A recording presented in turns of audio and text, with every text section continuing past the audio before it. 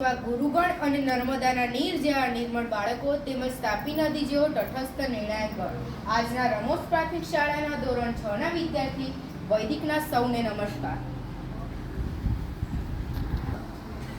આજ બાપુની પુણ્ય ભૂમિ પર ઉગ્યું સ્વર્ણ પ્રભાત। જય ગુજરાત જય ગુજરાત જય જય ગરવી ગુજરાત।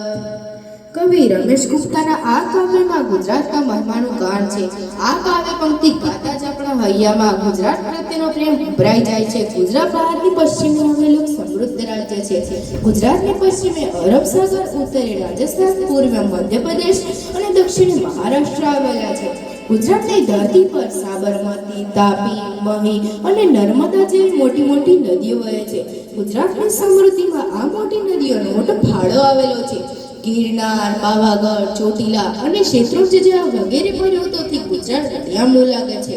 ગુજરાતમાં દ્વારકા, અંબાજી, પાલીતાણા, સોમનાથ જેવા પ્રસિદ્ધ યાત્રાધામો પણ આવેલા છે। અહીં દર વર્ષે લાખો યાત્રાળુ દર્શન કરવા આવે છે।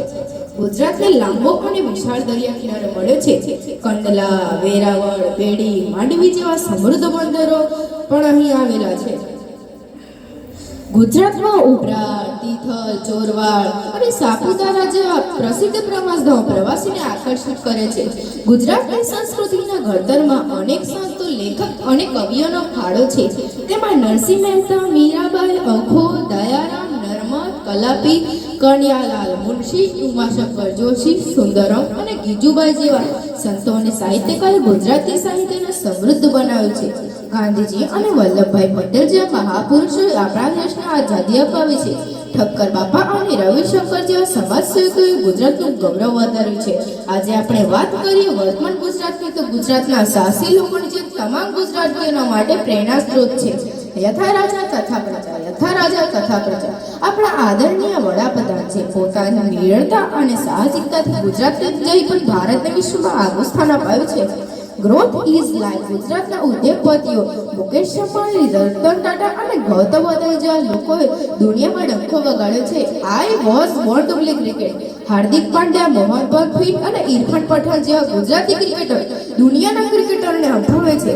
અપને બચ્ચોं को खूब करो प्यार, अपने बच्चों को खूब करो प्यार, मगर तो घर का पौष्टिक आहार, मगर तो घर का पौष्टिक आहार। ગુજરાતીઓ જ્યાં જાય ત્યાં પોતાનું બાતોનું સાથે જ લઈ જાય ને। તેઓ જલેબી, ફાફડા, ઊંધિયું જેવી વાનગીઓ જોઈ દુનિયાના લોકોના મોઢામાં પાણી લાવી દે છે। છેલાજી રે મરહટ પાટણથી પટોળા મોગલાવજો। પાટણના પટોળા જગ પ્રસિદ્ધ છે, જે ગુજરાતના પાટણમાં બને છે। ગુજરાતમાં કુલ 33 જિલ્લા આવેલા છે। વિસ્તારની દ્રષ્ટિએ સૌથી મોટો જિલ્લો કચ્છ અને સૌથી નાનો જિલ્લો ડાંગ છે।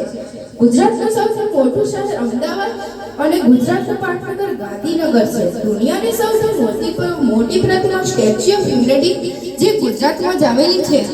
ગુજરાતના મૂળની દીકરી એવી સુનિતા વિલિયમ્સ પર આજે પૂરી દુનિયાની નજર છે। અંતમાં હું એટલું જ કહીશ કે ગુજરાત સતત પ્રેરણા આપતું રહે છે। જ્યાં જ્યાં વસે ગુજરાતી, જ્યાં જ્યાં વસે ગુજરાતી, ત્યાં ત્યાં સદાકાળ ગુજરાત, ત્યાં ત્યાં સદાકાળ ગુજરાત। મને ગુજરાતી હોવાનો ગર્વ છે। જય હિન્દ, જય ભારત। Thank you.